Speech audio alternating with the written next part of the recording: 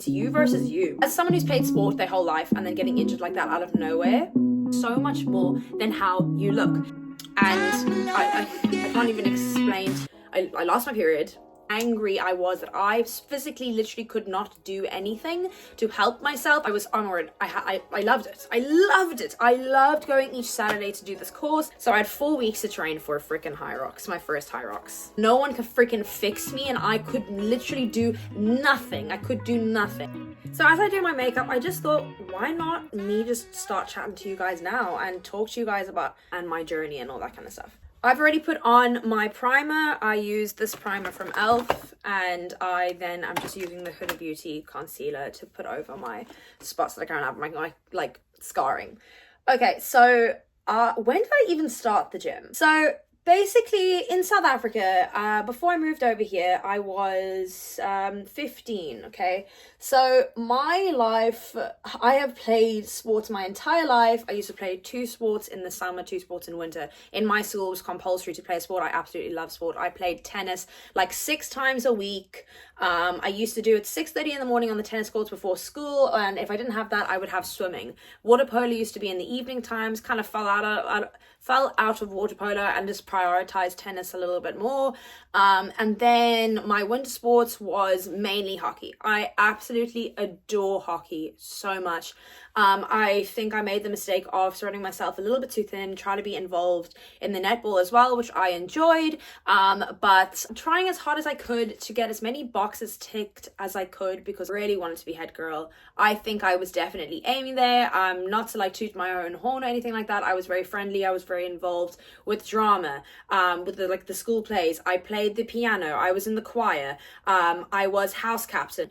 I was a class rep. I was a monitor. All those kind of things had to do with leadership. I was on the public speaking team.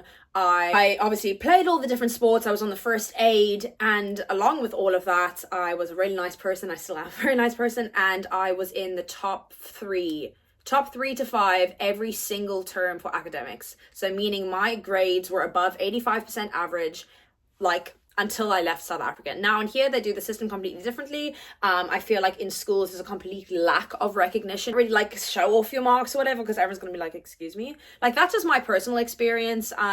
But people can relate to that or not. I don't know. Maybe it's just different in South Africa. Okay.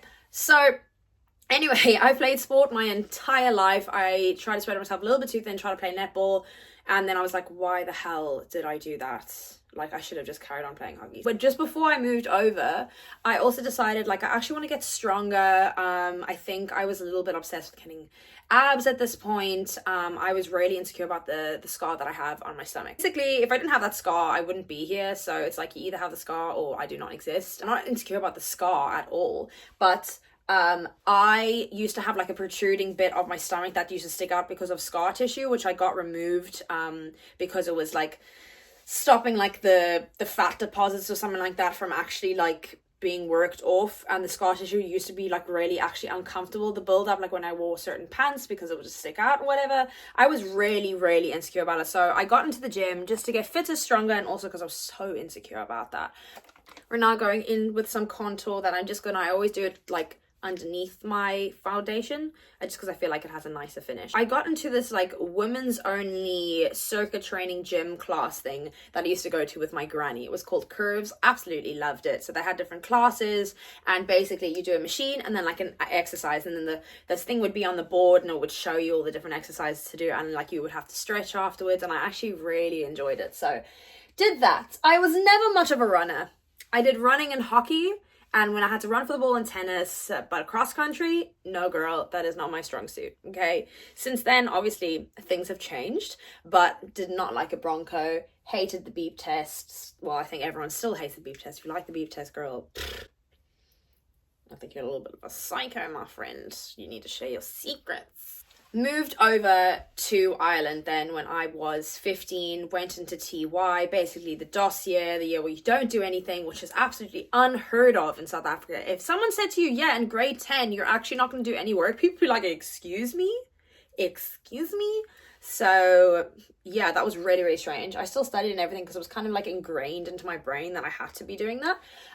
But yeah, Played sports still, played netball, played hockey. I was the captain of the netball team here. Right, when it comes to the gym side of things, I in TY I went to this gym. I got a random program written for me by the people at the gym, the PTs there, because they kind of like assign it to anyone that joins the gym. So I was like, okay, great, cool. I've got myself a little program. Was insecure. I was so insecure. Like, I'm very easily able to like portray confidence. I was so insecure when I went to that gym. I felt like everyone was looking at me all the time. Felt like I had to suck in my stomach. I felt like I had to like make my legs look a certain way. And keep in mind, I'm 15 and I'm so self-conscious about what everyone thinks of me. I actually just was like, oh my word, but I knew I was doing it for myself, but in a way I was also doing it for the validation of other people. I just wanted to look good because I didn't feel good, you know. Anyway, so I enjoyed that gym. I made another friend at that gym. And anyway, that was a bit far from my house. Obviously I wasn't driving at the time and my mom used to take me there. So that was my first gym experience. Then I think it was halfway through TY, I started playing water polo again. I was speaking to one of the girls in the hockey team and she was saying how she plays water polo. I was like, no way they have it in this country. And so I went to the trainings. I loved it. I thought it was so fun. Obviously it was very, very unfit. So I started doing the water polo, and then to make myself actually stronger, the new gym that I signed up with, I used to go in the mornings. I used to get the bus from my house to the next town, which took maybe like half an hour, which was fine.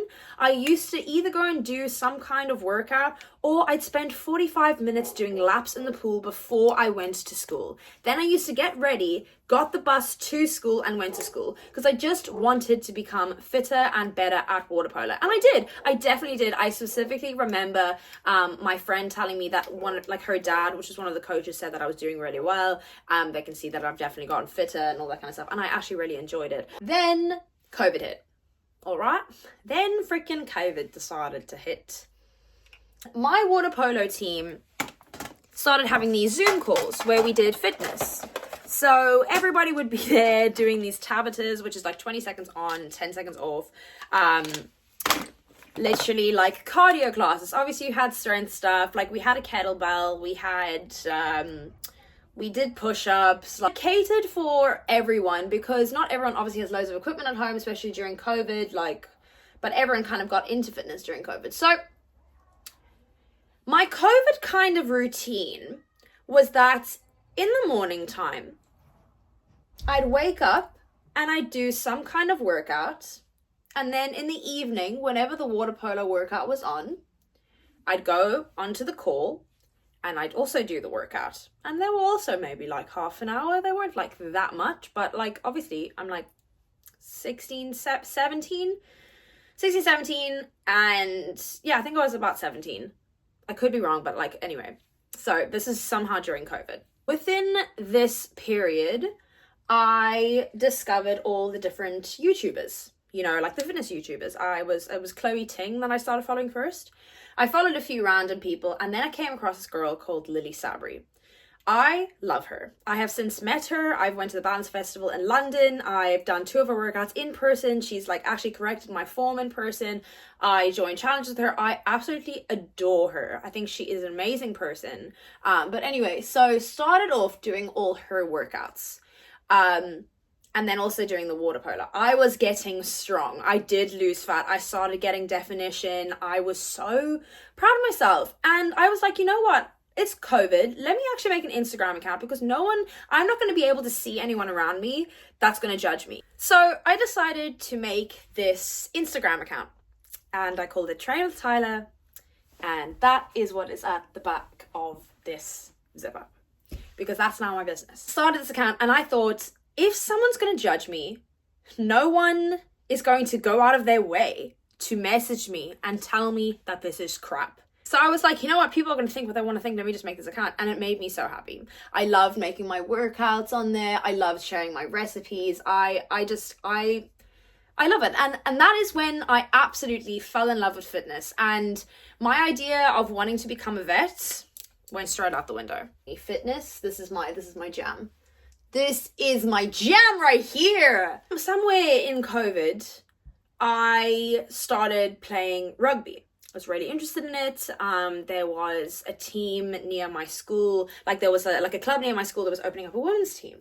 So I was like so nervous to go to this first day because like I am a very confident person, but that has happened through character development. It really daunted me having to go to this rugby and introduce myself to people.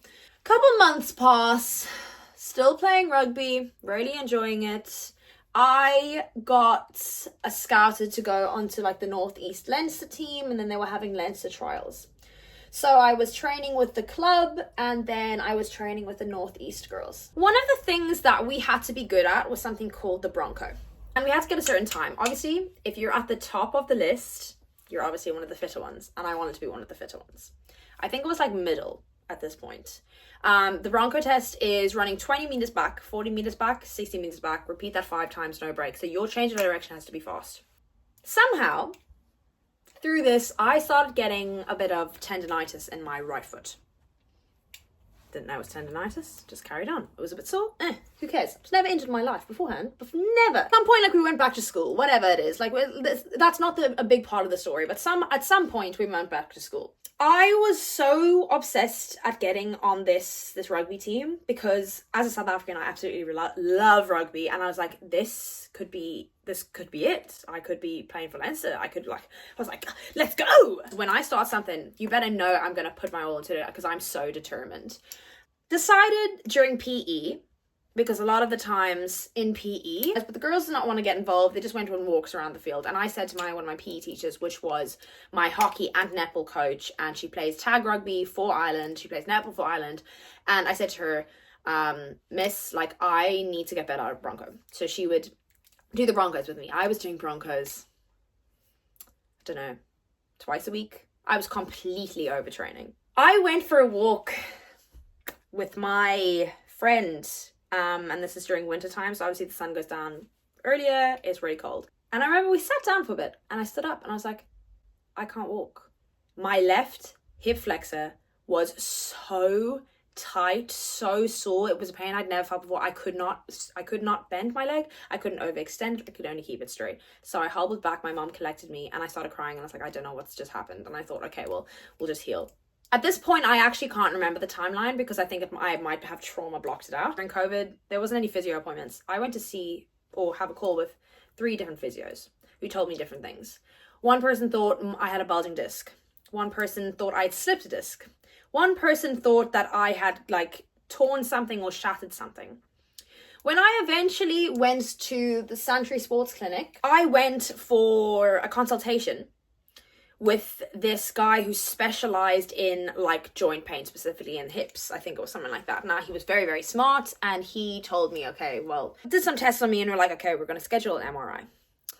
Went for an MRI. At this point, I'm not obviously playing any sport. Sport was done. Sport was freaking done. The only thing that I was able to do to work out was to train my upper body. And that's why I feel personally like my upper body is a lot more built than my legs could be if I put the same amount of volume into them.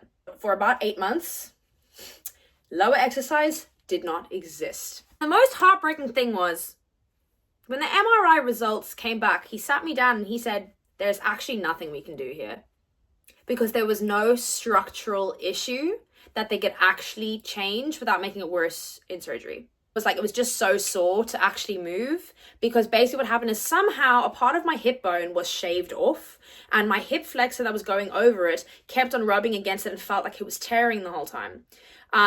So he said it was from overtraining. It was my labrum in my left hip socket. Started going to physio for it. I was like, this is just too sore. I ended up getting a steroid injection straight into my hip that helped. Then 2 years later, got another steroid injection. As someone who's played sport their whole life and then getting injured like that out of nowhere, and I can't even explain to you how crap I felt, how helpless I felt, how angry I was that I physically literally could not do anything to help myself. I couldn't get surgery. I was so angry. I felt so let down by like the medical system, but like the physios, that no one could freaking fix me, and I could literally do nothing. I could do nothing. I remember during COVID when everyone was locked around and you were only allowed to go 5 kilometers from your house, you're allowed to walk outside. I couldn't walk outside with my friends. So I felt so isolated from the world. I remember it was so hard to go up and down the stairs. I was so sore, and each time I tried to do any kind of exercise, I was feeling shit in my body. I couldn't do it because my hip would hurt too much. Couldn't do anything to do with abs, so I ended up doing loads of upper body. When I eventually was able to do lower body again, I could not do one static lunge on that leg. I could not lift myself off the floor, and that was absolutely humbling. And I look back and I can laugh at myself, but in that moment it was heartbreaking, because from someone who used to train 6 times a week, like play all these different sports and be able to run around and have fun and not worry that something was going to tear, has now turned into this literal, I felt like a cripple, so hopeless. Like, how does one person go from doing all of this and then suddenly one injury happens and your whole life's turned around? Now that that's happened, we go back to school. I go into 6th year. And remember, I was telling you guys how I really wanted to be head girl in my school in South Africa. I really did. And then what happened? All the things I used to do in South Africa, I kept on doing when I moved to Ireland. And guess what? I was head girl of my school. A letter saying, you are the head girl for 2020 to 2021. Thank you very much. Goal achieved. Felt absolutely amazing. What I felt crap about was the fact that I literally could not do any freaking exercise. But after my steroid injections, I started feeling a bit stronger. I started training my lower body. And during the PE sessions, I used to do some gym with a couple of my friends. I think it was the gym in the town that a lot of people went to. I was still doing my filming and everything like that. I did feel slightly judged by some kind of people. Like some girls looked at me like, what is she doing? But like that could have been in my head or couldn't have been. But who cares? Because I carried on. When I was in 6th year, I still wasn't completely sure what I wanted to do. I was still leaning towards like veterinary, animal welfare, that kind of stuff. Loved sports, loved science, absolutely loved science. I took a gap year. Best decision ever. If you do not get into your course now, don't worry, babe. Don't worry, everything works out. And I thought to myself, I absolutely freaking love fitness. I'm going to do a PT course. So I did a personal training course. I also did the thing called neuromuscular therapy. So I am a qualified neuromuscular therapist and orthopedic sports massage therapist. So if anyone wants a sports massage girl, just give me an inquiry. I was onward. I loved it. I loved it. I loved going each Saturday to do this course. I grew into loving it when I did the studying and figuring out how I can actually help people that are injured, like myself had experienced beforehand. I got a job then in one of the gyms. Obviously, this was my first PT job. I taught classes. I was very, very nervous to teach my first class. Got more confident with my clients, and I was in this gym. And then I went to college, and I still hadn't finished my neuromuscular therapy course because it was like an 18-month thing. I went to 1st year. I was doing 1st year of college, level 8, still finishing my neuromuscular therapy course at the same time. So hard. Anyway, and then trying to find like make friends and everything because no one I knew was doing my course, and all my other friends were a year ahead of me. Anyway, so we're back into the whole gym story. So when I first started at the gym, I was trying to do it for sport. Then I got into this whole like powerlifting mindset where I just wanted to get strong. I was like, I'm going to be a muscle mommy. I'm going to get strong. I was like, I need to do a deadlift. Now, I did get my deadlift, my sumo to 100. I could probably do that now. Probably do a bit more now. But that was my main focus. Then I was all kind of like, obviously my injury was me getting better. It was the end. Maybe it was like coming towards the end of 2nd year. I got a job. I got a new job. Right? Got a new job at a different gym. I was so happy about it. It was so hard at first because 6 weeks there I had no clients and I wasn't getting paid. It was so hard, but I was enjoying my training. I just was kind of doing whatever. I hadn't had a coach. And then one of my New Year's things was like, you know what? I was thinking about it for a while. Some of the people at the gym were doing Hyroxes. Some were just doing strength training. And I was like, Hyrox. But I was also really interested in bodybuilding because I was like, wow, like, I want to look like these girls. Like, I want to be able to push myself. Like, I feel like I associate bodybuilders with people that have huge amounts of discipline. And I wanted to be like that. And I was like, also, this is going to help me get the like physique that I want. I also really wanted to do a triathlon, but I wasn't confident enough in my hip and my ankle. And I was like, you know what? I'm not going to be able to train for a triathlon. Like, because of the volume, I'm not going to be able to do it. And I just probably completely put that in my head. Same thing with Hyrox. I was like, oh, the volume with this, I'm not going to be able to do. I feel like bodybuilding will be easier because it's more diet focused.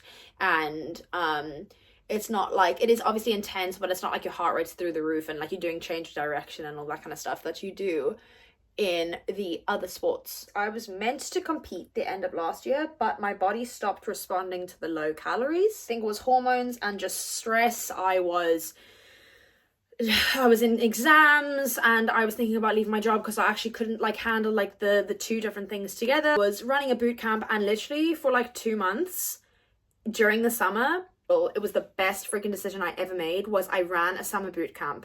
It was on the basis that everybody is a bikini body, but let's get you to the most confident self. I had so many clients. I think I was the top person. I could be wrong. I think I was the top person at the gym with the amount of clients. I was in the gym from 6 till 8 p.m. 6 in the morning till 8 p.m. Sometimes used to be in on the weekends. I was still teaching classes at the gym. I was in that gym for 12 hours, walking around, helping people, teaching classes, doing my own training, and I had so many clients. And I was on like 6 hours of sleep, and obviously that's not very sustainable. I was doing all my bodybuilding, absolutely loved it, and I missed doing my Hyrox training. I missed doing the conditioning. Did one here or there when I could, but basically, long story short, my body stopped responding to the calories. I lost my period. Mental health is more important right now. This is not the right time because I'm 21 and there's so much more that's going on in my life, and I actually need to just take a step back. So me and my coach had a discussion about it. We decided, okay, I'm going to postpone my show. But I was like, flip me, like, I don't have a goal now. Like, what am I going to do? Now, I was getting to this body where I really enjoyed how I looked. But I also was, like, freaking deprived. So I went a little bit off the wall. I had loads of off meal plans. It was basically eating out off of the meal plan that you have. This is after I finished with my bodybuilding. I went to the Hyrox waiting list because I was like, I need to do something. Like, I now have an opportunity to do this.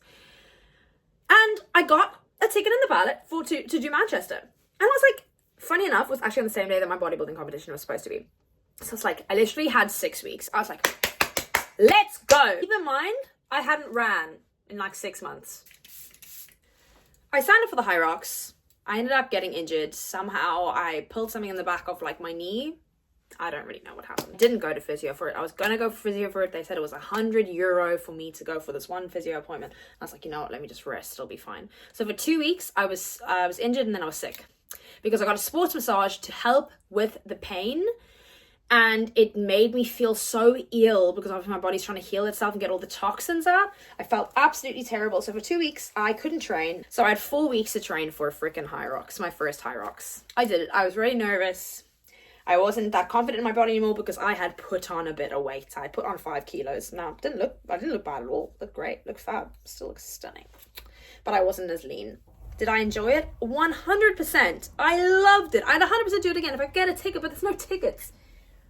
But unfortunately, I didn't get the time that I wanted because I wanted it below an hour and a half. And I was past the burpees, which is like station 4, in 35 minutes.